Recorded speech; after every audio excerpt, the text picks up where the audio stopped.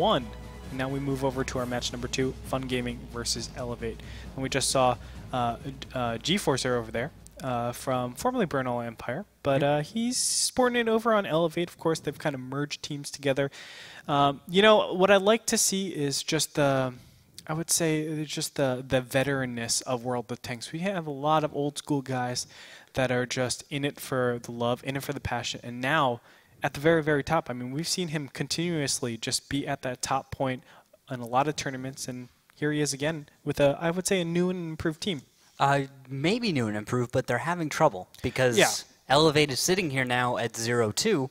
Fun Gaming, their opponent, is at 1-1, and Fun Gaming is a team that we also said was not doing quite so well, not transitioning into the new format and having that success that we'd hoped they would. You know, but with eLevate, I still am a little bit, I wouldn't say impressed with them, but because impressed would imply that it's outside of my expectation. They're definitely, you know, playing pretty well, but they're showing like different things to me, especially on the defender side. I said this multiple times where they're attacking while being defending, and it does open up another win condition, which normally people aren't used to.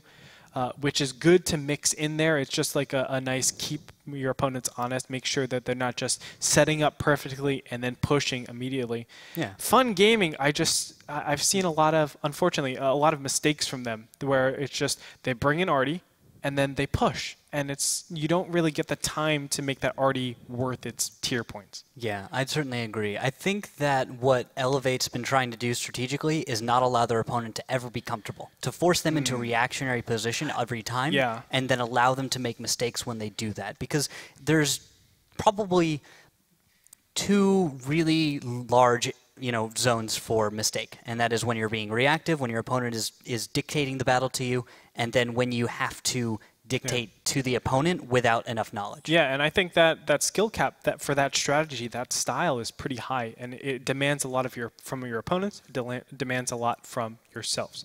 We do want to remind you guys to stay in the conversation over on our Facebook and Twitter page, facebook.com/WGLNA and twitter.com/WGLNA. We got some of the guys from both teams, Fun Gaming and eLevate, on the call. Gentlemen, welcome. Time for Fit Salve. Hello, guys. Hey, and Zoid is here. Interesting. I am here. How are you doing today? Doing fantastic. And then Shediman, welcome back. Hello. All right, guys. Obviously, and it's actually switched. Sorry about that. But right now, both of you guys are having, I wouldn't say struggling because it's very, very early on, but you're in the development mode of, I would say, the season. Everybody's still learning. I'm going to start with you right now, Zoid. What have you guys done to really improve yourselves and try to get better? Well, I think right now we're really focusing on trying to feel this new game mode out. It is so different playing 754 that we feel that we can experiment with our strategies at the start of the season, really find something that fits both our playstyle and what we see as the future meta of the game. So really just working hard is the mantra that we're trying to live by right now. Yeah, and we were talking before that you guys are very, very aggressive. You like to even be aggressive in the defender's point. Obviously, you have to be aggressive in the aggressive point.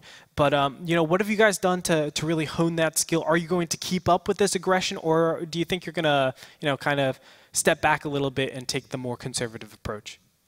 I think that being this early in the season, we definitely still have time to experiment with this aggressive strategy. Coming from the old eLevate, we considered ourselves a very aggressive team. The Bernal Empire's team was very aggressive, and we've come together and we love this aggressive style. So I really do feel that once we get it down, once we start playing at the top of our game, the aggressive style that you see us playing right now is going to be very, very successful. It's great to hear. I always like aggression. As I said, it has such a high skill cap. That means there's so much to improve upon and so much to really, I would guess, penalize your opponents for making mistakes as much as possible. So it's awesome to hear. Awesome to hear. And also, a question for you guys over at Fun Gaming. I mean, there have been talks. You guys have changed, I would say, play styles a lot. Sometimes you bring in Artie. Sometimes, you guys are a bit more defensive. And honestly, sometimes you guys are very aggressive. What type of fun gaming is coming into week number 2? Are you guys in a developmental process? Are you guys still working things out, finding out exactly what you want to do? Or have you guys kind of consolidated after week number 1? Because you do get a lot of samples to really see what works and what doesn't from other teams as well. Week number 1 have gotten us a lot of information. We had much stuff to do. We experiment a lot in scrims, etc. And when we see that something works, we are bringing it to WGLNA. And there are worse opponents at WGLNA. For example, our today's opponents at the first week were playing against the very strong teams that have gotten to the top 3 places at the last season. I guess it won't be an easy game today for us. I guess it will be really, really tough. Now, I want to ask about your last week's matches a little bit. Noble was understandably not a good match for you guys, but I want to focus more on Victoria's Secret because that one appeared to be much closer. It looked like you guys were playing much better. What was it about the Victoria's Secret match that allowed you guys to perform as well as you did? I do believe it's the amount of information we are given in the match. At the first game of the season versus Noble, we were a little bit stressed. We were playing almost silently. So we knew problems we've encountered during our game, and we have tried to fix them. And now we have goals to achieve, so we have to collect those victories. Well, that's great to hear. I wish you and the rest of your team a lot of luck. Of course, with you guys too, eLevate. Do you guys have any words for each other, starting with Zoid? I'd just say good luck and let's put on a great show tonight. And then Shedeman.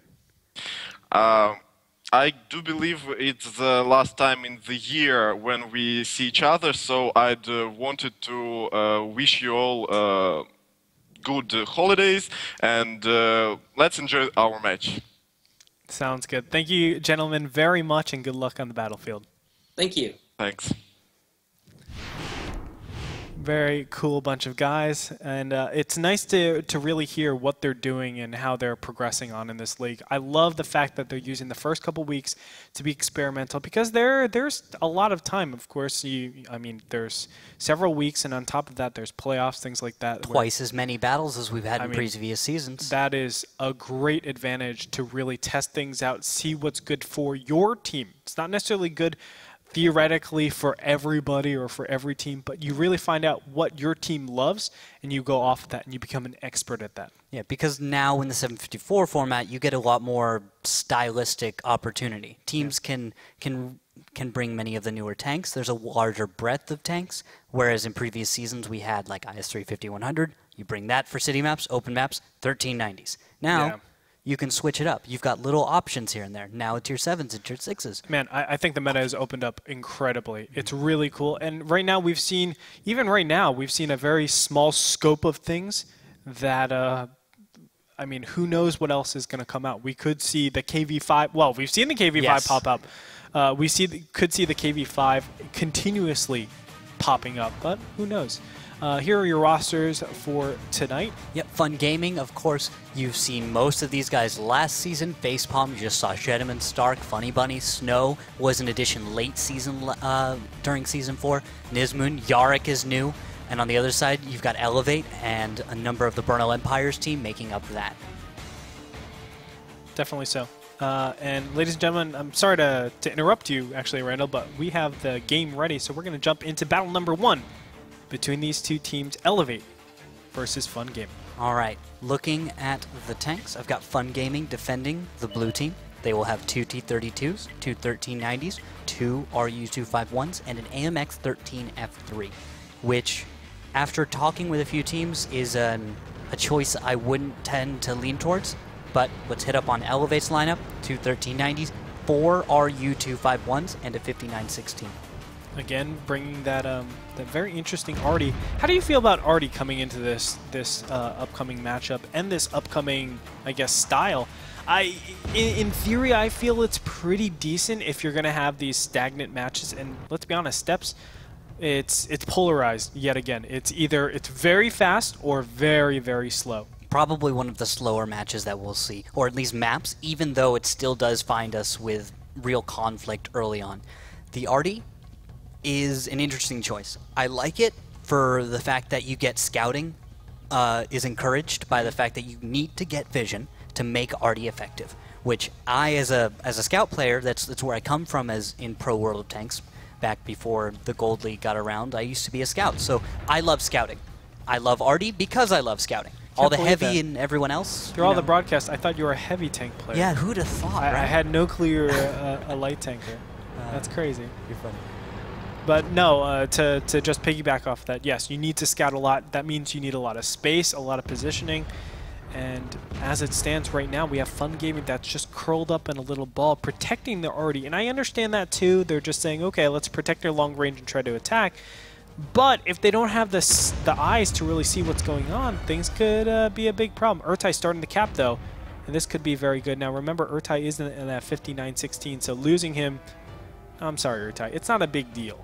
59-16, it's hit points. It's hit points, but what you'd be surprised in is that Urtai's position is hard to spot.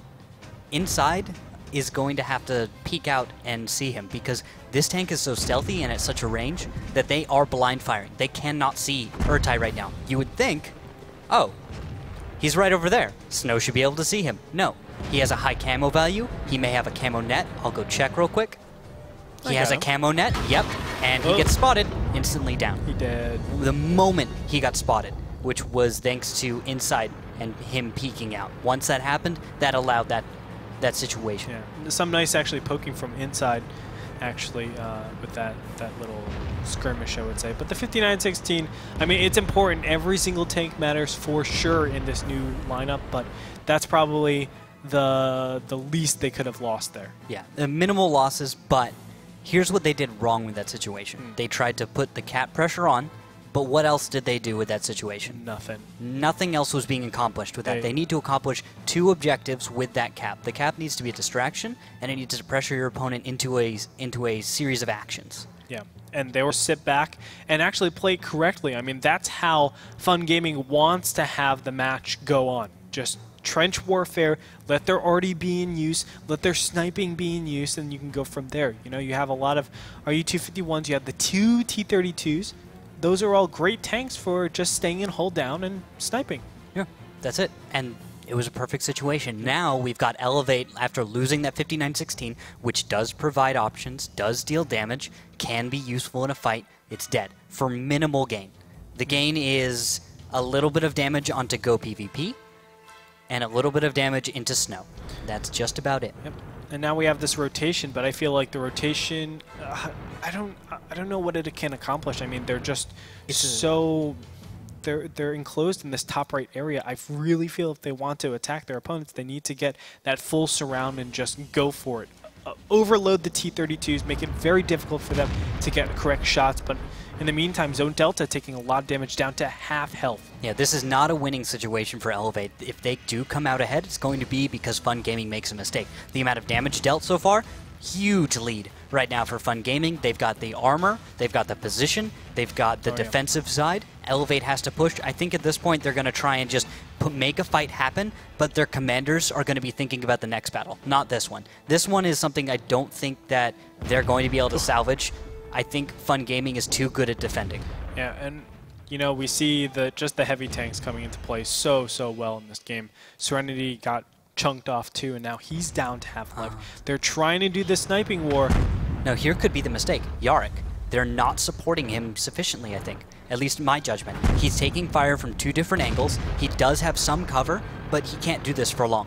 If eLevate is allowed to continue this pressure on him, which it looks like they are not, and so Fun Gaming, I have to give it to you, they've done the right move, taking Zone Delta. I do want to say Yarick, on my screen, has full life, and of course I saw on your screen that he doesn't.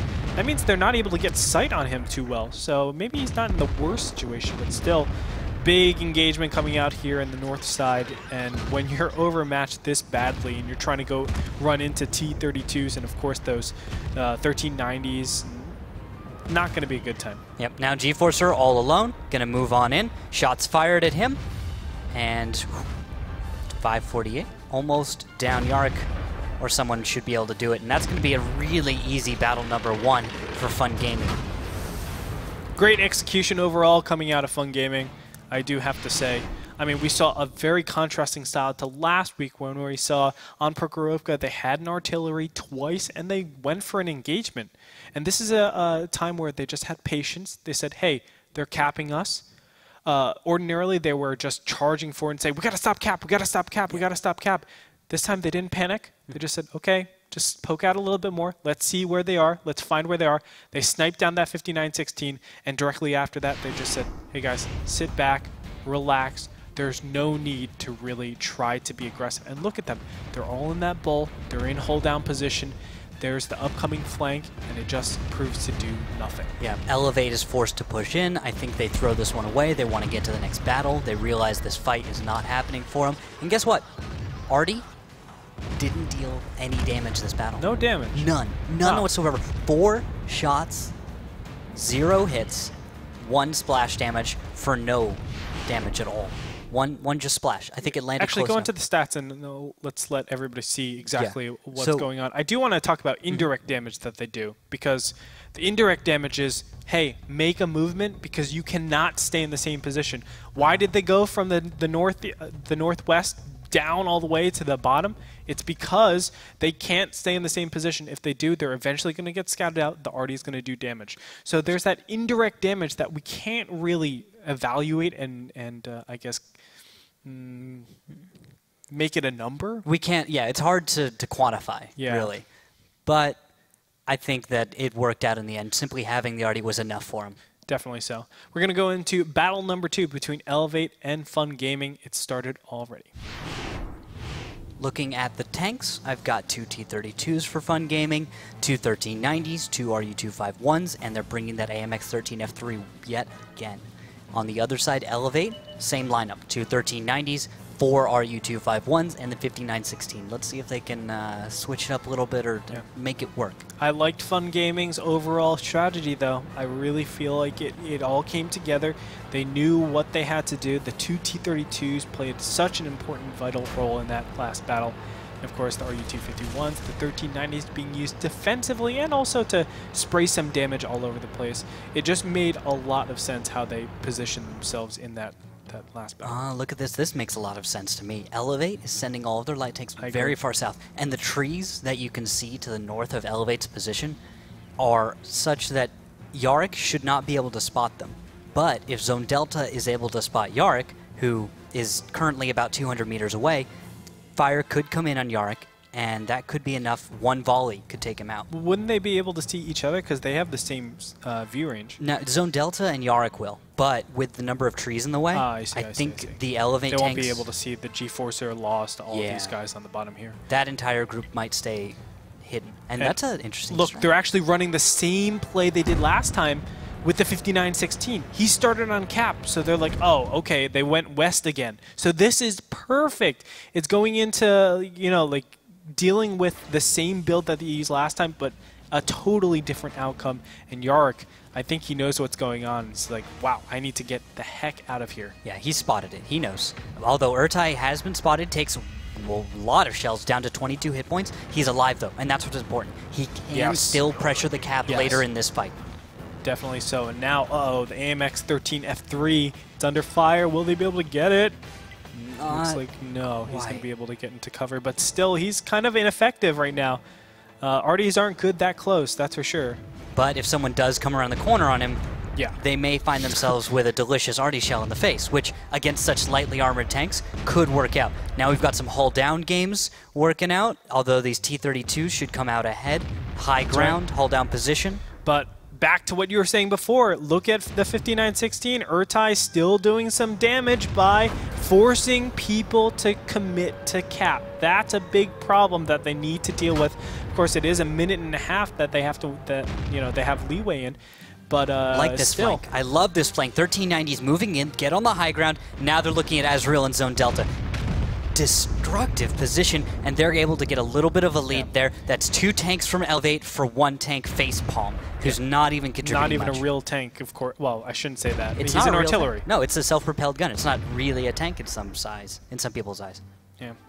Well, I mean, this is a pretty easy decision making for Fun Gaming now. They're just now finally going to remove one 1390, who's pretty low in hit points, after they get the big advantage.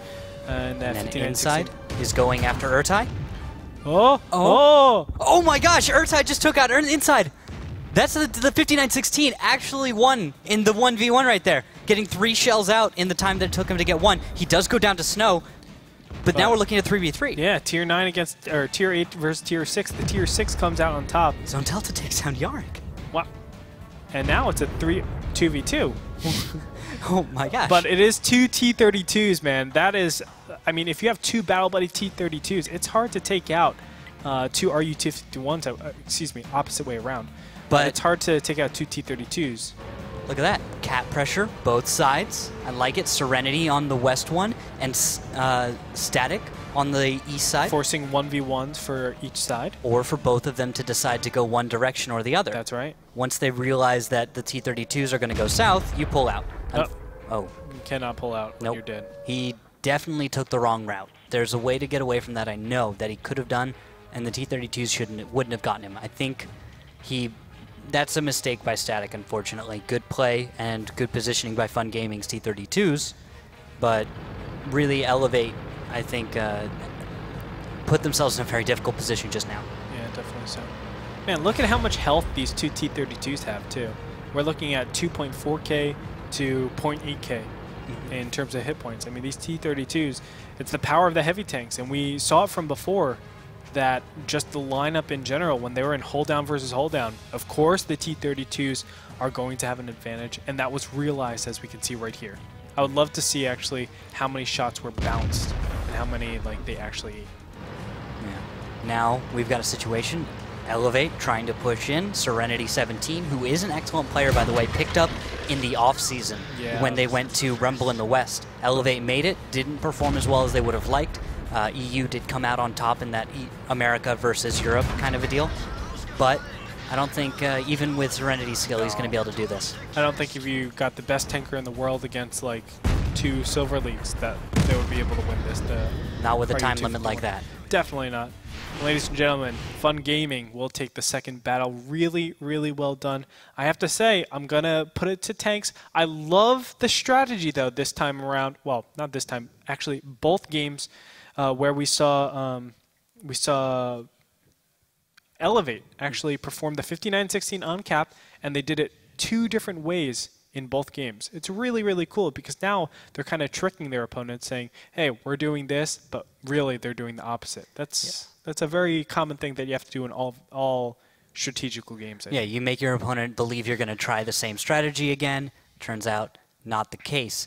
Switching it up. That's, I think, a lot of what it comes into the play and the strategy of these. Not what just your strategy is in that individual battle, but from battle to battle. Not showing trends, or if you are going to show trends, inserting misinformation in there so that your opponent then reacts poorly or makes the wrong decision. That's right. Almost worked in battle number 2 for eLevate, but I think the lineup that was brought by eLevate was such that when they began some kind of engagement or had to spend hit points, they couldn't match Fun Gaming's heavy tanks. Yeah, I mean, we saw a lot of really clever things, flanks, counter flanks, etc., overcommitments on the bottom. But really, I'm going to bring it to the T-32s that did a lot of just the opening, right? Just their build is so much better with the T-32s being there. You can't have a full-out light lineup because they're just going to be shredded on a map where it features so much hold-down position 1v1s or 3v3s or whatever it might be. And open lanes right towards the cap. And because there's 2 caps, well, I mean, they could just sit in the middle there. They're in a nice hold-down to defend against both sides, and they can win that way. I'm really eager to see how their opponents are going to figure out a way eventually to beat that. All right, now we're going to get into battle number 3. Teams are going to have switch sides, and also with that, colors. eLevate is now blue, Fun Gaming is now red. Fun Gaming attacking, eLevate defending. We'll start off with Fun Gaming's tanks. They will be bringing 2 1390s, 3 RU-251s, a T-49, which this is a treat, Andre. You're going to love this, and a T-37. On the other side, eLevate will be bringing a T-32, a T-69, 1390, 3 RU-251s, T-37. All right, give it to me straight. Yeah. What's up with the T-49, man? I've seen it in action, but tell me why I would love it so much. Because it is a game changer. It's a roll of the dice, but it will change the game from even to way in your favor with the right connection, or it can change it from you are losing right now and you should lose the rest of this match to wow, that is the complete opposite situation. It flips everything. And why is that? Well, why is it such a high variance style? Because it has a horrible accuracy, an incredible reload time, and what else? Yeah, horrible accuracy and incredible reload time. And when I say horrible accuracy, when you get a chance to play this one, Andre, the T-49, you will look at the reticle and you'll say, how can I even aim this? But you'd be surprised. They find a way. They always find a way. Sounds like I wouldn't like that tank, Randall Rookhill Holcomb. No, you wouldn't probably, but when you get to blow something up, when you just fire at it, I see. You just click. It's the variance factor, isn't it? Uh-huh. It's what you would call sometimes a bad beat. Yes. Yes, Andre. Let's throw some poker terms in there. Throw some poker. That's what I do I these think days. that applies to the T-49. All right. Well, we'll definitely keep a close eye on that. We do have, I think, a much better type of, I guess, screen, you would say. But we do have a big commitment. 3 tanks from eLevate coming up the center, and Stark might be in a lot of trouble. But there are a couple vectors of crossfire, and it started right now as there's 2 tanks over here on the side that are able to get good crossfires on these 3 approaching tanks, but Stark going down very fast. Yes, we have seen a situation like this before, and it's worked both ways. I've seen it where there's more heavy tank lineup on the attacker's side, that the defenders are not able to get their tanks into position, and what we see now is we're going to see a reaction. Fun Gaming needs to jump on one of these groups, but eLevate's playing this smart. They're actually holding off, and that is the right move. Man, their patience has definitely been different this time around on this broadcast rather than the last one. We saw them very impatient last time around.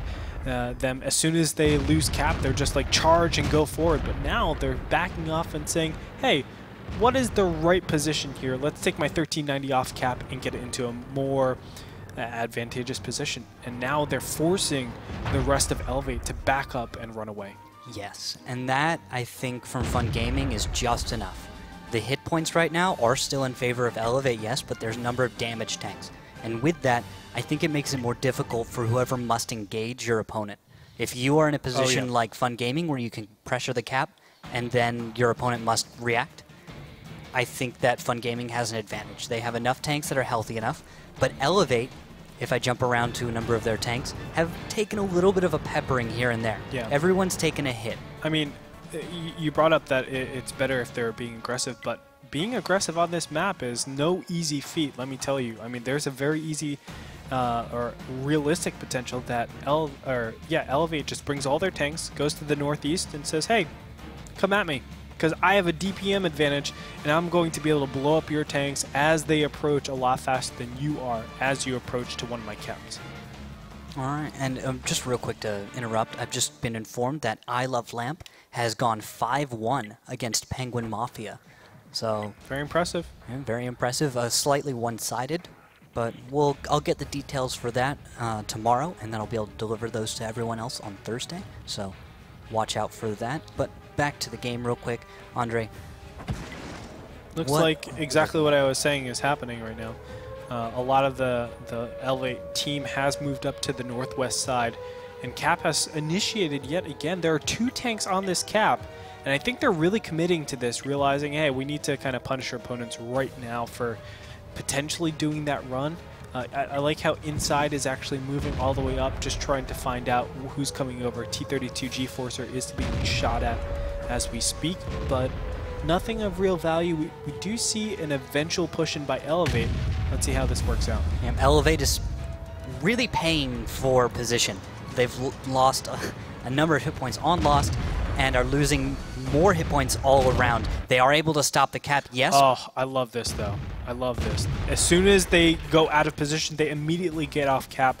AMX 1390 and RU-251 are going to sprint into position and try to get good crossfire onto these 4 tanks that have isolated themselves. Look at that. Did you see that T-49 shot? That was why it is a game changer. Completely annihilating Serenity in one shell, allowing for the rest of Fun Gaming to just move in, take down Azrael. They do lose Snow, but you've got right down below Zone Delta and Static. Slightly cut off. Crossfire, though, comes in from eLevate, and they are able to salvage some of the situation. This is going to be a crazy brawl from here. Yeah, a bounce off Zone Delta is proving to be very advantageous in that T-69, as his 2 battle buddies are able to get there. He does eventually go down, but now in a bad position, being cut from facepalm in that T-49. Anything can happen, though, but not looking too good. 3v1 with the T-32 very, very well in hit points. Yeah, and now facepalm, even though he was able to kind of do a game change there, I think Fun Gaming got ahead of themselves. I think we all got a little ahead of ourselves with Fun Gaming.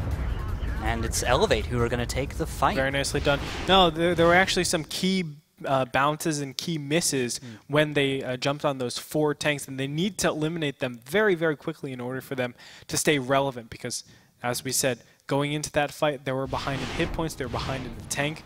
And here you can see the 4 tanks that popped down below kind of isolated themselves as they were trying to stop cap. And this is what that cap pressure is meant for. They put 2 tanks on to say, hey, come quickly, as opposed to the 59-16 in the last 2 battles that there was only 1 tank there. It's a very, very long wait. They have a lot of time to kind of readjust. But this is what they did so well. I think Fun Gaming did, and then eLevate were able to reinforce nicely, and eventually they're just too heavier of a lineup. They had more tanks to deal with, more hit points to deal with, and they're going to win the fight. Yeah, I can see it now after watching the replay. I missed a few points where there was those misses in the initial engagement you were talking about. Those do hurt because you need that. You need that momentum to clean it up and make it so your opponent cannot reinforce in time. I mean, those 3 shots, you can actually see, if you look at the ending hit points, that's actually not 3 shots, that's 2 tanks that you're missing out on. You really need to capitalize on those situations.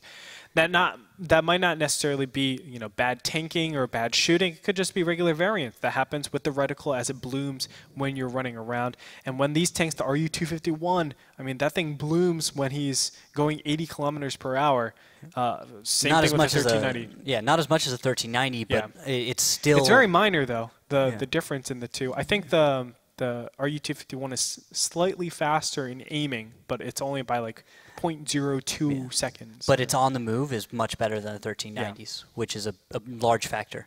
Definitely so. So that will push eLevate up a little bit. They're down 2-1, but we're going to find out if they can tie it up right now in our last battle on steps. All right, now eLevate, the blue team defending, will have a T-32, T-69, yet again, 1390, 3 RU-251s, and a T-37. So solid lineup, much the same we saw last time. Other side, Fun Gaming at the attacking side, has brought 2 1390s, 3 RU-251s, a T-49 again, and the T-37. So can the T-49 change the game before it's decided this time? Or are we going to see Fun Gaming, you know, the rest of the players just not miss those shots, get in the same situation? They need to whittle everyone down on the side of eLevate, or I think avoid or kind of box out the T-32. You know, make him irrelevant to the fight until it's decided. Now, how do you do that? How would you box out a T-32? Because you have such a mobile lineup, you have the opportunity of going various places around the map and scouting quite a bit. You can force the T-32 to put his head down by just shooting at him, HE, with your RU-251s and T-49, and just try to really scare him, you know. Say, hey, we're here, you can't see us, and we are firing at you, and you are taking damage. And damage his gun. G-Forcer, by the way, last battle had his gun damaged, and for a short times, actually kept his head down. He did not pop back up. And so I think, you know, because these are people playing, these aren't machines, they're going to decide on self-preservation. They want to keep themselves alive unless unless a situation arises in which they decide that they want to give that up. So because self-preservation is, you know, a part of just being a human, I think that there's this little part you tap into, even in a video game, where if someone just starts taking hits and they're unable to really fight back, they're going to get scared and they're going to begin playing more conservatively. Something you can take advantage of. Yeah, definitely seems reasonable. Flag cap has been initiated right now. Again, I love this. And I'm just going to check very quickly how many are on cap. It seems like actually G-Forcer gets a nice shot in his T-32. 3 on cap. Looks like some of them scrambled. And with the way they're spread out right now, I don't think they're even being spotted that much. Urtai may be doing a little spotting, but there's so many tanks on cap that the blind fire is likely to hit something. So likely that I'm not surprised he got 3 hits so far. Stark has stayed on cap though, and that's going to keep the pressure up while the response comes in from eLevate. You can see the tanks moving in from the south through the middle road. That's going to be Serenity, Lost, and Static. This is becoming a very standard response to this cap. And Facepalm looks for a target. Does not connect. That T-49 not able to change the game yet. In fact, he may become a liability for his team in the next 20 seconds. All right, well, the surround has started, and the AMX 1390 being played by Co-PvP. It looks like he's being gunned down first, but now they're going back into their trench warfare and just trying to stay alive. A lot of the blue team has maintained its hit points, whereas the red team, Fun Gaming, have been peppered all over the place, and they're going to slowly wait for the T-32 and T-37 to kind of advance forward. G-Force are still all the way in the back there, trying to deal with the light tanks that were actually all the way in the north, above the railroad tracks. But now the big engagement has started. Static getting just absolutely decimated down to about a quarter hit points. Tanks are trading. You know, and now we've got the regroup. Almost everyone from eLevate is there, but there's a slight advantage for Fun Gaming. They take down Static, completely surrounded. Facepalm needs to get into the fight because they're going to begin losing hit points very quickly. Once the T-32 arrives, that's game over for Fun Gaming. I mean, how crazy is that? The T-32 wasn't even in the game for this middle part, right? And now finally getting in there, but the battle's pretty much cleared up. It's already 2 on 4, now 2 on 5. It really came down to taking too many shots in that early stage. Fun Gaming just lost a ton of hit points, and because of that, any fight that they had was going to lose them the game. Yeah, I think that their focus fire should have come in sooner. They should have made that press sooner, but they wasted time trying to wait for the T-49 to reload. They leaned on that a lot, which is something you could do on a map like Cliff, but on Steps, in the situation we were looking at, I think, yes, the T-49 is an important tank to your lineup, but I think they're focusing their play too much around its spikes in damage. And is there a statement to be said about the fact that heavier lineups have won 100% of the time in this, in these 4 battles? I mean, is that something that we can look on and say you need to bring a heavier lineup? Even though it gets very chaotic, there's always some huge battle. We're actually seeing a lot of times that before the battle coming up, there's always one team that's getting ahead somehow or another.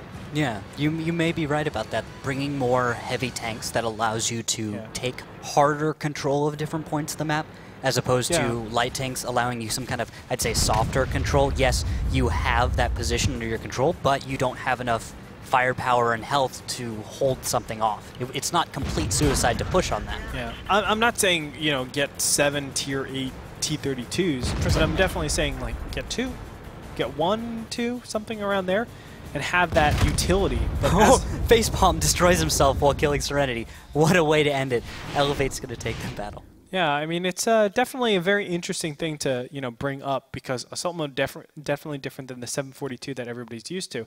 You might say, well, you only need it for defending, but I would argue that if you don't use it for aggression, you're always going to take damage as you're pushing forward. You need someone to be doing constant fire on your opponents to really keep your opponent's T-32s locked down. And as you said, a little bit scared. Self-preservation. You got to make it so they're scared of something.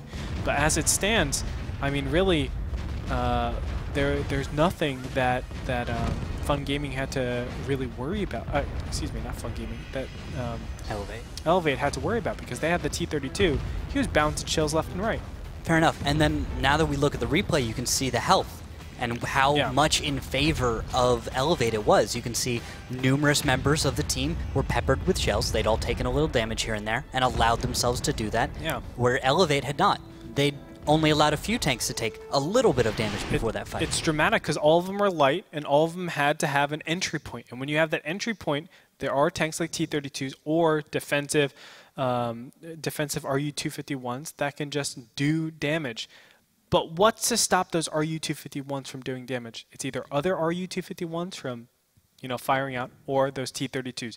You need to force them to be scared. You need to say, hey, when my light tanks go in, they're not going to be, just peppered with a lot of shells. Yeah. You have to make your opponent pay for any kind of aggression, That's any right. kind of position. I like to use pay for because I feel like a team will initiate a fight and they will cross an open place. They will cross open ground or put themselves in a disadvantageous position temporarily. Right. And so I kind of consider it a toll, as you will. Yeah. And how much you pay is measured against how much you're going to gain. Well, you know what they say. You got to pay the toll, troll. Yes. Anyway, ladies and gentlemen, we're going to get into battle number 5. It's right now tied up 2-2. And we move over now to Himmelsdorf. Taking a look at the tanks. 2 AMX 5100s, 2 IS-3s, a Waffentrager, and 2 ISs for fun gaming. Interesting to bring the Waffle. I like to call it the Waffle, by the way. I know. And then eLevate 4 AMX 5100s, a single IS-3, a single Tu-29, and a single Tiger 1. So eLevate is looking to burst something down.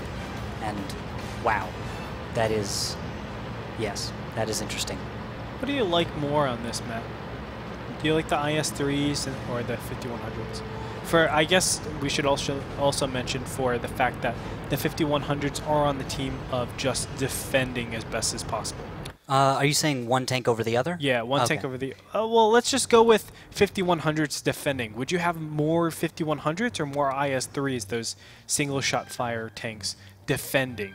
My personal lineup would be the mix. I would do the tier 6 tank with 3 ISs, 3 5100s. Yeah. But it depends on my team, I feel like the team is an important part of choosing that. And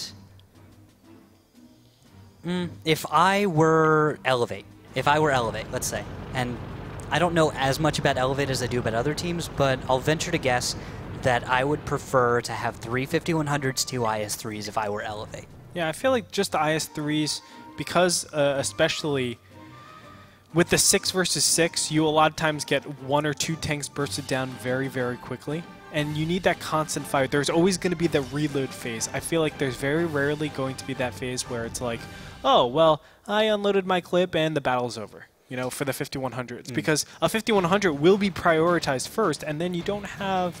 you just have like 1 or 2 5100s that are just sitting there for a long period. And the IS-3s, they can bounce 5100 shells pretty easily. I shouldn't say pretty easily, but it happens. It happens, yeah. Now, there is something that you have to bring up, which is what are the IS-3 5100 combos going up against? So if you bring too many 5100s, like if you bring a lot of 5100s and you're against a great number of IS-3s, you could find yourself losing a 5100 too quickly, and he doesn't do his job.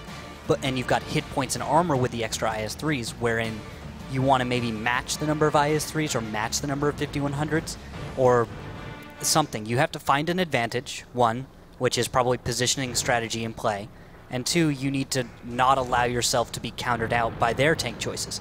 This Waffle by Snow, I think, may be an interesting choice because if he's able to deal significant damage, if he's able to hit Azrael 90 for 490 damage, or this one is, he's got the 150, it's a little bit more than that. If he's able to do that just once, he may find that eLevate is now at a huge disadvantage. He may find that, wow, we've done damage we can push in. Azrael is not going to cover one of these angles.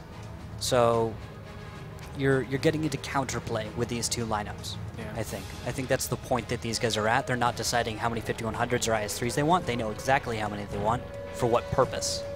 Well, Cap has started right now. Gove PvP is over there. There's no real movement. This is pretty typical play coming out from, honestly, both teams. Normally, the defending team will take the Northwest and just sit there and wait and wait and wait. We saw this in 7 by 42. Now we see this again here. But there is the slow concave that's starting up here. We see Zone Delta moving on in with the 5100. Probably going to go to the courtyard area, try to get some back attacks. G-Force are taking a lot of damage, though, down to 9. Oh, he's burning. And he does not have a fire extinguisher. Yeah, you got to bring an automatic fire extinguisher. Tisk, G-Forcer. That's okay. Zone Delta and Static might be able to do some damage over here as they are getting or approaching shots all the way across the field. Maybe as they move Static in, I like the cover fire. Look at Zone Delta's position farther to the south. Keep Static safe. Allows the T-29 to come in, still do some peeking. But that will provoke, I think, a press. It looks like Yarick and Go PvP may decide to go forward after taking damage from the south. With that, they've got the Tank Destroyer covering them. 672's damage into Lost, and they're going to press onto Azrael. But this is not looking confident from Fun Gaming. The IS-3s are juking back and forth right now. Oh, but I like this. Inside is actually came back to flank, so now it's an overmatch 3v2. G-Force can barely poke out here. Inside getting a lot of great shots. Only one more shot to kill Zone Delta. He might be able to get away. Oh, a big miss by Inside, and Zone Delta will go into the crevice between the two center, but of course it opens up those 5100s and IS-3s all the way from downtown. Zone Delta not in the best spot, but he will tuck behind some cover. Yeah, this never mind. Works out a little bit better there. Go PvP and Yarick, because they backed off, are actually able to help with that southern attack and deflect a lot of that aggression. Zone Delta goes down. They have lost Snow, though. They've lost that Tank Destroyer, that serious damage, and this fight is gonna get pretty crazy as eLevate moves in from the north and the south. They will take down Yarick and force Go PvP into a bad position. Stark goes down before we can even move to him, and Slide is way out of the fight. Everyone on Fun Gaming is so split up right now and so low. This is over. It's over. I would agree. I mean, there's just not enough tanks. It was a good thought to really press on the AMX 5100s that were trying to flank. Of course, I'm talking about Fun Gaming, trying to counter flank their opponents. But when it comes down to it, the IS-3, the 5100 in the center that was trying to cap, just took way too much damage, and you can't take that damage in these urban fights, right? It means such a big part because you can't dodge nearly as well. Yeah, and it seemed like Fun Gaming didn't have a real concrete plan. Yeah, I completely agree with that. They came into this, they put pressure on the cap, they had their flanks kind of covered, and they had someone in flex, yes. But then they tried to pressure the north by making a push. You saw IS-3s move into a push position while there was a flank coming in. It ended up working out poorly for them, eLevate able to take advantage. And then they try to push up and they lose Snow. Their moves seemed like they were coming from two different minds. You can only push on one side. You have to retreat on the other because ordinarily, if you're pushing, that means you have an overmatch, right? You're not going to push into more tanks. So if you have an overmatch on one side, that means you're undermatched on the other side. That means it needs to back up. So that push to the north didn't make too much sense. It was sort of a 3v3 on bottom, but even if we're at a 4v4 on top, you're looking a 4v4 push on a map like Himmelsdorf. That's not a good situation, especially with that great hold down position right near the flag cap. Exactly. It wasn't the smartest move. eLevate had a strong defense. Their response was appropriate. I'm saying appropriate. It wasn't phenomenal. They didn't break it apart in 2 seconds. It was appropriate. It was what they should have done. Yep, and then of course, slowly, they were able to get the advantage on the north side and then converge all the way into the center where they were able to clean everything up. So, and still nicely played, I would say, overall by eLevate, and they're going to actually move up. So it's 3-2 for them. Yeah. And we're going to go into battle number 6, where we'll feature Himmelsdorf once again. All right. Looking at the tanks, 2 5100s, 3 IS-3s, that waffle yet again, and a T-37 for Fun Gaming. I'm going to question this all battle, this waffle. eLevate bringing 4 5100s again, a single IS-3, T-29, and the Tiger 1. So that T-29 Tiger 1, their positions in this are, I should explain this for anyone who hasn't seen these before. The T-29 is much like what we've seen earlier today, and its goal is hull down. It has a strong turret, and it will bounce most of the shells. It has very small weak points, whereas many other tanks have larger weak points. Then you have Urtai in a Tiger 1, who brings a large number of hit points and also does have armor which can bounce shells. If he positions himself correctly. Also, DPM is very, very good. Snow, as opposed to an IS-3 or a 5100, is here just like the T-49 was for fun gaming. They want a tank which will just trump something. Just absolutely destroy it and make it so you're able to take that little victory in damage that you're able to deal and turn it into something bigger. So fun gaming is going for a strategy which I think has higher highs and lower lows. Greater variance, I think, would be appropriate to label it. Definitely. I mean, it's so hard to implement the tank. I'm trying to wrap my brain around it and really find out how they're going to make the Roomba or the Waffle really pay for itself. And I feel like there's so many situations where I'm just seeing an IS-3 or a 5100 performing much better than it. Yeah, most heavy tanks are more flexible. Yeah. Its gun is phenomenal, though. And if he is able to make the connections needed, awesome. He needs 2 good connections to pay for himself. That's it. 2 good connections with this gun, that's it. If he doesn't bring enough armor, hit points, or anything else to make himself worth it in any other category. He has to deal damage. That's it. Okay. Because everyone else is going to be taking more damage for him. He's not going to be out there tanking damage or bouncing shells, and that's an important other factor that many teams don't account for. He's not sharing with anyone else like another IS-3 would, and he's not going to be the kind of burst threat like a 5100 is that's going to go in close and start dealing damage and grabbing attention. Once the Waffle fires, he's not a threat for a little while. And I guess that's why we see this type of lineup or this strategy coming in here. They're sticking to the sniping game. They have that T-37 on the high ground, or they did have it on the high ground. That was just checking down the D line, seeing if blue team has taken the eLevate, has taken the D line, tried to do that football format that we haven't seen since 7x42. But looks like it's not going to happen. T-37 will get into a better place. But there we can see Fun Gaming trying to slowly just be a blob. Slowly take up more position, trying to go past that cap, and then eventually screen it so that the T-37 can take it, of course. But and look at this. Zone Delta has been spotted. I'm going to see, is Snow going to be able to shot on target? He has been. He's looking for it, but Facepalm is actually blocking him a little bit. Fired. Zone Delta was down 753 hit points, so quite substantial. But these back and forths right now are favoring Fun Gaming. The question is, how do they really commit to this? How are they going to be able to get this cap? How are they going to be able to push up and be more aggressive? It's going to be a screen. What they're going to be doing is they're going to be putting, I think, Nizmoon onto the cap. This little tiny T-37, a light tank. He doesn't have many hit points. He doesn't have armor, but what he does have is a thinner chassis. And what that'll allow him to do is hide behind one of the buildings on cap while the IS-3s move past and be big, scary threats, Just going to grab the attention of the rest of eLevate on defense and give them something more important to worry about. Because if they don't, they will lose. Well, while all this is happening, eLevate is prepping a very nice concave and trying to get a big flank with, looks like 2 5100s, really trying to put shots into the back end. We'll see if they catch the 2 5100s on the other side a little bit off guard. If they're reloading by any chance, it's going to be a very tough situation. They're watching. They're watching it. Inside, watching the correct angle. Stark also watching the rear. They have an idea of a flank. They know something like that is going to be coming in. Yeah. And in just a moment, looks like Serenity will be leading the way as they find Nizmoon. That's going to be going for, whoa, big hit from Zone Delta. Will shut down their opportunity to do that cap strategy that I know they were intending.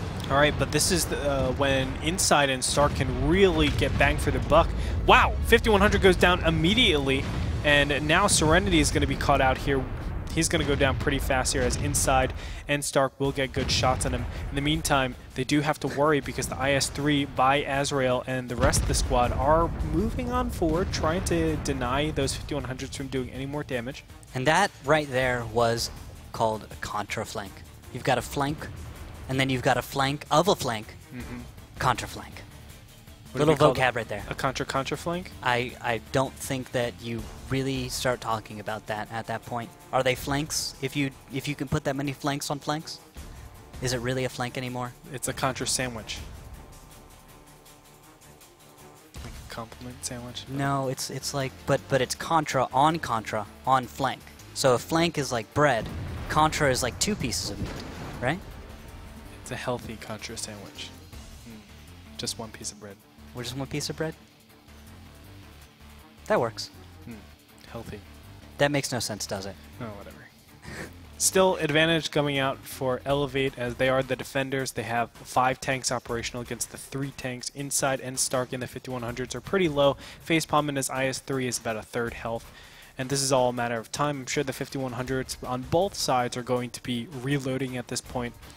But realistically, all eLevate has to do is wait, see if anything caps, and if anybody makes any mistakes or tries to go 1-on-3, they're going to die. Yeah, I think that works. It's just, I think eLevate doesn't want to take the risk because they do have a number of tanks at very low health. Yeah.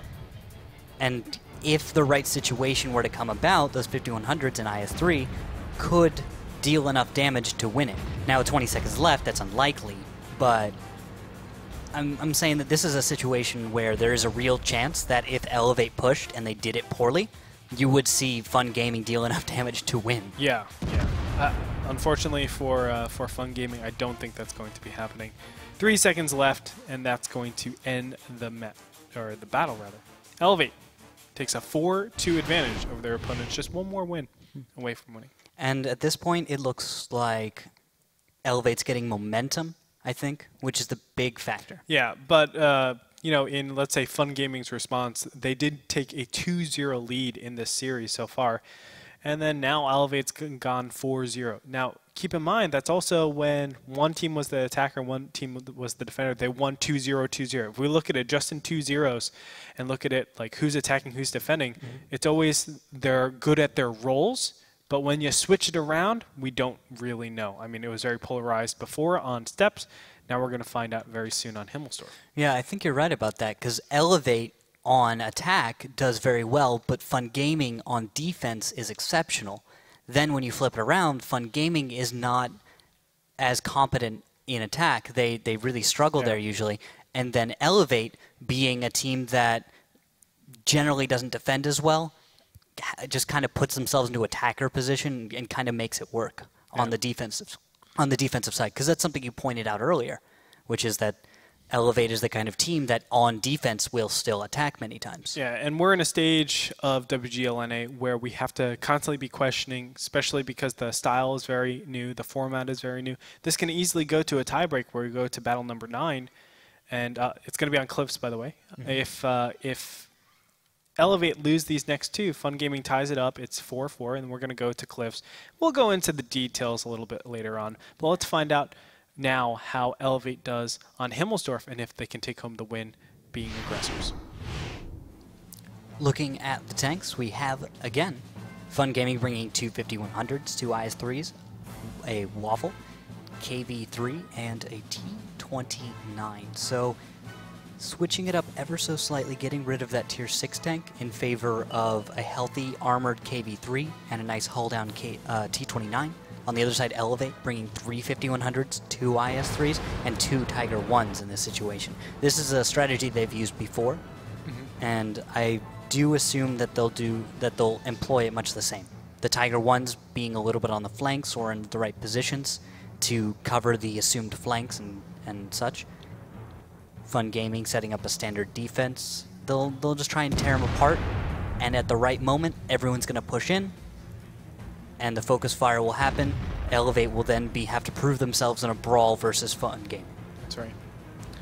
I am interested to see how they approach this, because we saw, I mean, this exact same mirror, I would say. I mean, the only difference would be Zone Delta in this center line, but we saw Fun Gaming do the exact same approach when eLevate moved to the northwest corner. And will they go for the cap? Most likely they're going to go for some sort of cap to just force the aggression, but it's how they deal with the flanks, if they go for the contra flanks, and et cetera, et cetera. Maybe. I think if memory serves, eLevate will go for the fight. They'll go for a straight brawl because they feel confident in that. They feel confident in their ability to just face their opponent. Yeah, it looks that way. It looks like they will be. going for that fight. But is a fight really the best decision? We have a T-29 hold down, of course, the KV-3, which can pack punch and especially can pack a lot of hit points there. This is true. It does have hit points. It has armor. But there's a 700 hit point advantage. That's 2 shots, 2 or 3 shots. Really. Depends on what tank. Yeah, it depends what tank. Yeah. If IS-3, it's 2 shots. If it's a 50-100, it can be up to 3 shots. There is that. The thing about a KV-3 though is its armor can be incredibly tricky. It's got some interesting slopes on it that if you just fire a few millimeters from one side to the left, to the other, or your shot goes a little higher, a little low, you're going to see a bounce where you would have depended on some kind of a penetrating shot. And look at the current positions of eLevate. They've got this group in the north, something they've done many times before. They're going to begin pushing in. Few tanks take the corner while they push Lost across. And he is going to go down instantly. Beautiful shot into the track, stopping his forward momentum and forcing him into just a really bad situation that he cannot recover from. Now he's only a wreck, which is cover. Yeah, got pushed on so fast, that 50-100. I don't think got out a single shot. On the other side, though, there is that flank that we were talking about. Yarrick trying to hold off 3 tanks. The commitment into the center, though, this is going to be the big thing that I think Fun Gaming really needs to win here. They do have the advantage killing that 50-100 so fast, and the KV-3 is all the way behind lines. Still, the 50-100... actually, all these tanks are still alive. Go PvP, trying to take out Static, but great zoning out with this IS-3.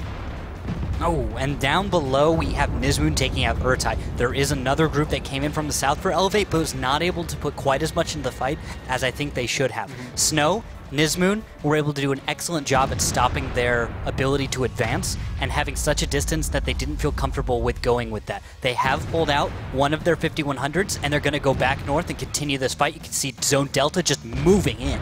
Yep, he's trying to take out this IS-3, go PvP. He will get him, and Static's going to move in now while KV-3 it's kind of turret broken right here.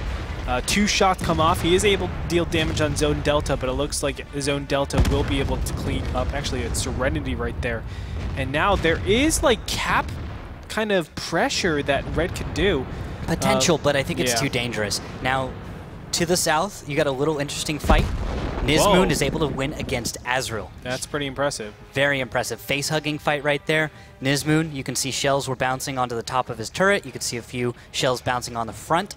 And remember, that's a Tier 7 up against a Tier 8. The IS-3 should, theoretically win. He has really good spaced armor as well, but it's hard to really utilize that spaced armor when you're hugging your opponent.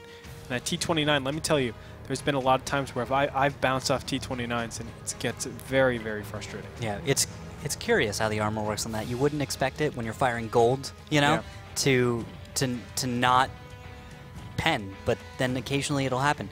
You'll bounce. Now, little bit of a smart move here from eLevate. They've decided, what is our opponent's best move? Nizmoon moving forward, that is it. And they went for it. Bounce onto G-Forcer. Oh. Snow. Snow takes out Zone Delta. That's it. That is it. 1 bounce shell. And Yarrick moving in. That is a kill. eLevate going down and Fun Gaming successfully defending. That's right. Fun Gaming showing that they're still in the game. They used that Waffle Tiger or Waffle Tiger. That Waffle Tragen. Waffentrager is what it's pronounced as. It's so difficult though that I call it a waffle. Some people call it a Roomba because it looks. We're gonna go with Roomba. Let's actually take a look. I mean, I do want to say that he was able to do some cleanup attacks, but that Amex 5100 getting blown up super early in the game, as you said, the track shot was critical in taking out that 5100. He got 0 shots on. If he was able to cross there, he's in a hold down position, which doesn't really matter as much, but he has that extra lane of crossfire. He can take out that KV-3. He can obviously just zone out to cap eventually, but that wasn't able to be possible because they killed the 5100 so fast. Yeah, the 5100 getting tracked in this beginning of an attack is just absolutely devastating for eLevate. They need that 5100 to cross. It doesn't matter if he takes some damage. Fine, he can take damage. You're going to pay to begin that engagement one way or another, but him getting tracked and completely destroyed, he only does 290. 290. He got 1 shot off, so I guess on the move he was able to get that shot, but that's it. I mean, that's, You need at least 15 seconds. Is it 15 seconds? I believe it's 15 seconds for that AMX 5100 to unload its entire clip. So as long as you keep it alive for 15 seconds, it could still kill another tank. But if you lose it that fast, I mean, that's so much burst damage that you're losing. That's a full tank that should have been dead, but instead you're dead. Yeah, it hurts a lot for eLevate. I think that is the one point which threw the entire match off for them. Otherwise, they should have performed just fine. The 5100 would have brought enough damage to the point where that should have been eLevate being able to take it. There's a very standard way of taking apart the defense now. eLevate's done it before. I think they've practiced the execution, but the track shot by Fun Gaming just stops it cold. That's all you need to do. Make the track shot count, and you will stop that attack, and you can successfully defend the Northwest. And there's just so much burst with the IS-3s there. The Roomba wasn't there. He was on the train tracks. Yeah. But even with the IS-3s, the 5100s, all they need is, I would say, 4 seconds max, and it's dead. Yeah. And that's all. I think it died in less than 4 seconds. So that being said, very interesting up here. And now the score is 4-3, which puts it in a very awkward situation. I mean, we could very, very, very easily go into this tiebreaker. On Cliff, it's tough to say who has the advantage there, but we'll see. Yeah, we'll see. And there's one more battle, Battle 8, that'll decide it if they were going to have defenders win every single one in this series or not. That's right. Let's hop into game, ladies and gentlemen. Battle number 8 on Himmelsdorf. All right. Taking a look at the tanks real quick, guys, we do have two 5100s, two IS-3s, a Waffle, KV-3, T-29 on the side of Fun Gaming. On eLevate's side, 3 5100s, 2 IS-3s, and 2 Tiger 1s. How do you really feel about these Tiger 1s? Give me your honest. I really like them. That's what I have to say. I think that they're a solid tank, that they bring a lot to the battle. Sorry, let me get my scores right. There we are. They bring a lot. They bring hit points. They bring some potential armor. They can actually deal damage, whereas with many Tier 7s, you find that their damage is slightly less than a Tier 8, but in many cases, the Tiger 1 can deal more damage than many of the other tanks on your team. It depends on position and their ability to do what they need to do, but most of the time, they're eliminated quickly because they have a good 1,500 hit points, but their armor isn't nearly as effective as an IS-3, and so they're easier for pro players to just take out, you know. Looks like went through a wall. The same exact lineup. Exploring the castle? Yeah. Same exact lineup, or not lineup, same exact movements from last game. No, there's a break-off right now in Tank Alley. It looks like Serenity and Lost have gone up all the way on the 8 line, and they're probably going to converge and try to have extra crossfires against this maybe potential KV-3. The KV-3 has been blind firing. He did this last game. Just blind firing into the, I guess, the depths of the B line. He's looking at the hill in Bravo 0 because there's one angle from Bravo 0 which allows you to fire into facepalm, but you can't be spotted. You're way too far away. You just have to make the shot go through the window, and most of the time there's something there. Most of the time there's an IS-3 or a KV-3 or a Tiger or T-29 there. And if you throw a shot out there, maybe you pen, you know? Now, last time, G-Forcer did stick his neck out a little bit to take the initial shots to give the 5100 some way to cross, but it looks like they're approaching this very, very differently. We can see the 5100s. Where are they? They're actually all the way up on the A line, and they're probably trying to cross the same way, but now G-Forcer doesn't have to take those initial shots, and the 5100s don't have to make that very scary run. In the meantime, Zone Delta all the way in the back going to just be observing and making sure that the flank is okay. I like what he's doing over there. I did notice that a moment ago, and I kind of thought to myself, this is smart. eLevate's covering their bases. They're looking at possible situations where their opponent can throw off their intended plan. And now this looks like their intended plan is going to come to action. Yep, they started up. The KV-3 is there to try to stop this cap, but cap has already been started, and they're actually screening this. They're not going to stay on cap, just trying to hug this hold down position and take out this KV-3. Yeah, now shots fired, a little bit of trading back and forth. It's going to be between Static, Urtai, those Tiger 1s, using their appropriate height to try and sneak a few shells in there and take damage for the rest of their team. And with that, I think Zone Delta will come into play shortly from the south, as you see Tank Destroyer Snow moving in, Nizmoon is moving in, and the flank coming from the south. Once that happens, I think eLevate is accounted for the appropriate number of variables, and they may be able to react appropriately. Man, I'm really wondering how many shells Zone Delta still has, because he could do a lot of damage against these two 5100s that are trying to get this flank right now. Stark and Inside trying to push forward. G-Forcer will take out Snow in the meantime, and a lot of trades. It looks like the red team is peppered quite a bit, as to be expected, but now Zone Delta needs to come through with big strides here. Inside down 287 hit points, but both of them still need about 2 shots for them to die. Stark taking another shot. Although Serenity is going to come back in. G-Forcer for Slide, that's an interesting trade right there. And Lost is going to move forward. He's healthy enough, he's got the shots, and they're going to go for Yark, one of the IS-3s, but no, he's not going to be able to do it in time. Consistent fire coming out ahead. Now Serenity is dead, and the only one, Zone Delta, left. Yeah, he still has pretty much full hit points. I mean, a little bit less than, but I think there's just way too many tanks out here. And the defense is good by Fun Gaming. I mean, I don't really see a situation. Break that down. I mean, was it just they still ate too many shots while crossing and trying to cap? They got into this cap position, and I think they lost momentum, and they wasted the spike damage from their 5100s by allowing for the fight to be more drawn out. You can see the consistent fire tanks on the side of Fun Gaming. There are more of them. There are 4 tanks, yes, on the side of eLevate, but they weren't quite dealing damage in the 5100s. There are 3. We're not doing what 5100s do. And there, so surprise, surprise, Zone Delta finds a bunch of consistent fire tanks. I was looking at a moment, Zone Delta has enough damage in one clip to kill them all, but not like that. You can't fight the burst like that. Yark will take the final blow. So we do have a tie, and we're going to tiebreakers, but before we actually go into that and explain it, I do want to say that it's just a solid defense. It looks like Himmelsdorf is very difficult to stop the northwest just camp, right? They just stay there, see if they go west or south, or excuse me, west or coming in for the cap from the north. But it's really difficult because I think there's 2 reasons. One reason is going to be that hold down position that you could very easily take right near that cap. It's just a good position to hold and stick like really any tank, but an IS-3 especially, the KV-3 in this particular case, just because it can bounce a lot of shells. And it can do consistent fire and consistent damage to protect any caps.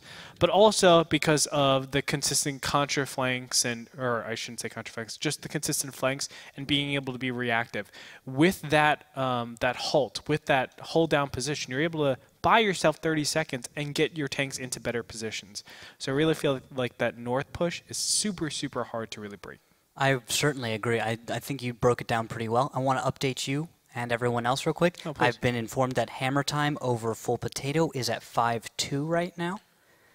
So a little bit of a lead right there for Hammer Time. Then. Sorry. Yeah, you're right. They just won.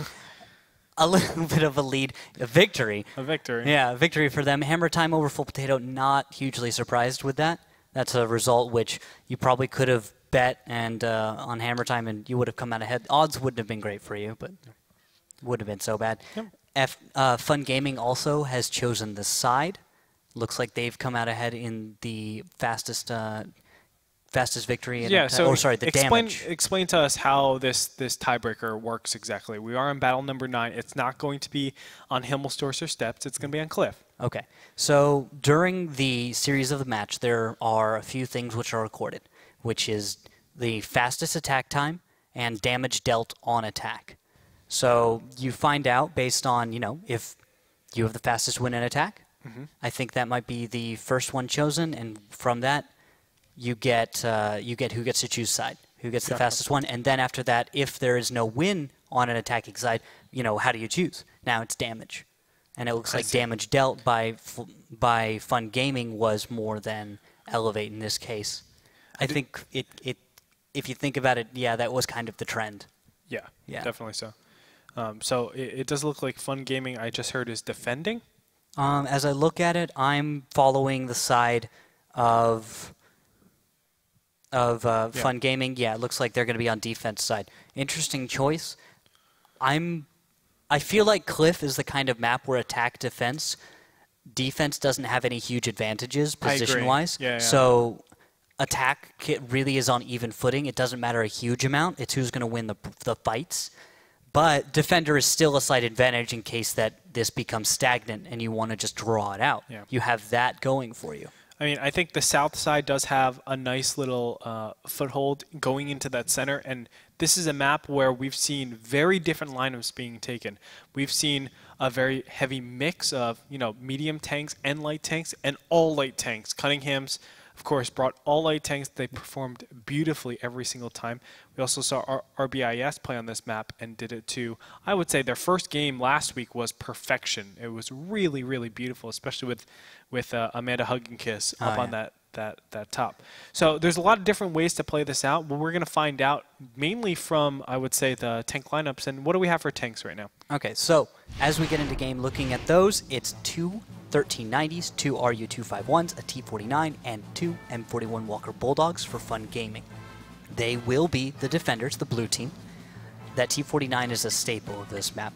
eLevate, 2 1390s, 2 RU-251s, T-49, 2 M41 Walker Bulldogs. So mirror matchup.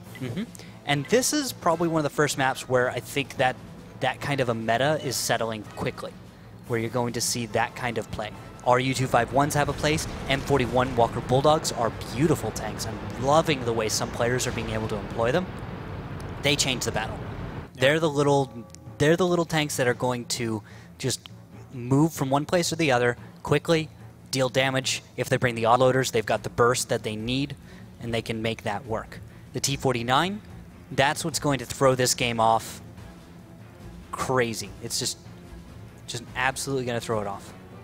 We're going to find out very quickly as they both merge into the center. Normally it just stops here, but oh, it looks like, wow, Fun Gaming is just going to push over. And is that going to actually confuse a lot of the eLevate guys, as there's a lot of them over on the west side? There is an extra vector over here, but there's a lot of confusion as they just fully commit over, stopping that west side attack from really doing anything, trying to isolate them as much as possible behind the houses. And now we've got a 4 versus 4 as they've traded very evenly right now. Well, not quite, actually, as Fun Gaming is just up on hit points right now, just up on tier points, and it's going way into the favor of Fun Gaming quickly. If Stark gets out here, that's a big advantage over for Fun Gaming. He's so low, and it looks like he does drop into the defilades. Lost. Oh, one shot. Oh, my goodness. Still, again, 149 hit points. He gets by with the skin of his teeth. But the situation, looking at it tactically, GeForcer has a high ground, right? Yes, that is gigantic. We saw Dodoma play that off very, very well. And remember, they can, because all the blue tanks are actually in the east, where can they actually go to get into the center again, or the west side? That's where their cap is. At this point, the Walker Bulldogs can move over and just start cap and say, let's play defense mode, and just burst down the first tank that tries to aggress up into us. And because of how Cliff is, with this lighthouse, you can easily just back up and kite the first tank that pops in. But what is GeForcer doing? I don't like this. I do not agree necessarily with this decision. He might think that there's only one solution, and that's for his opponents to hug this cliff and just push up into the cap. Right? They have to defend it somehow. And in that case, GeForcer wouldn't be able to get shots because he doesn't have the depression to hit those tanks. But quite possibly, but I feel like that position is so safe that he can. I agree. That he could. I agree. Better influence the battle right now with that. Stark, you might be going down very quickly here as he's the one out of position. Wow, 2 tanks go down. That is gigantic. The T-49 coming out in big strides. Yeah, now Urtai and Lost need to do their jobs. They need to get into this fight and fight Yarick and Slide. Oh, they are. For GeForcer to reload. He needs to get their reload. They need to deal enough damage, and they need to kill one of these two, because GeForcer is not going to have the opportunity to get another shot in here like he did before and guarantee a kill. That's really clever how they did that. Now they have 2 tanks to actually hide behind. You would think, oh, this is a bad position, but they might be able to do something. Inside takes a shot as well as GeForcer, and this is an all-out brawl. Wow. Now, come on, GeForcer misses the shot, and that might allow for them to move in and get the kill. And Slide, one more shot. Yarick, one more shot. Will he get it? He does. Yark will be able to potentially escape here. Urtai needs to come out big here, and RU-251 with just one shot away. Wait, forward's the best direction, Urtai. Forward is the best direction. Inside is fired a number of times. So Yarrick is very, very low. So Urtai just needs to go forward because is he reloading? He's got the autoloader and his ammo rack was hit. Oh no! Oh god! And he's already. Yarrick in the 251 is able to just take 100% hit points. Oh my And gosh. down he goes. Fun Gaming will take it 5-4.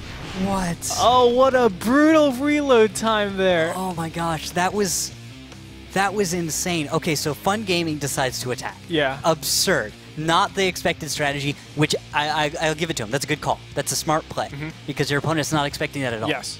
Then this trade happens up, but in the end, I kind of give it to eLevate. They had the high ground.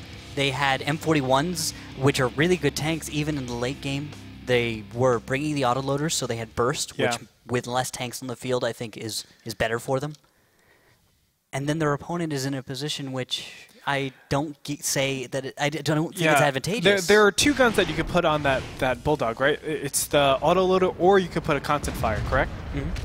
I think if you know you have an autoloader, you don't go for just one huge attack. As you said, G-Forcer was on that hill.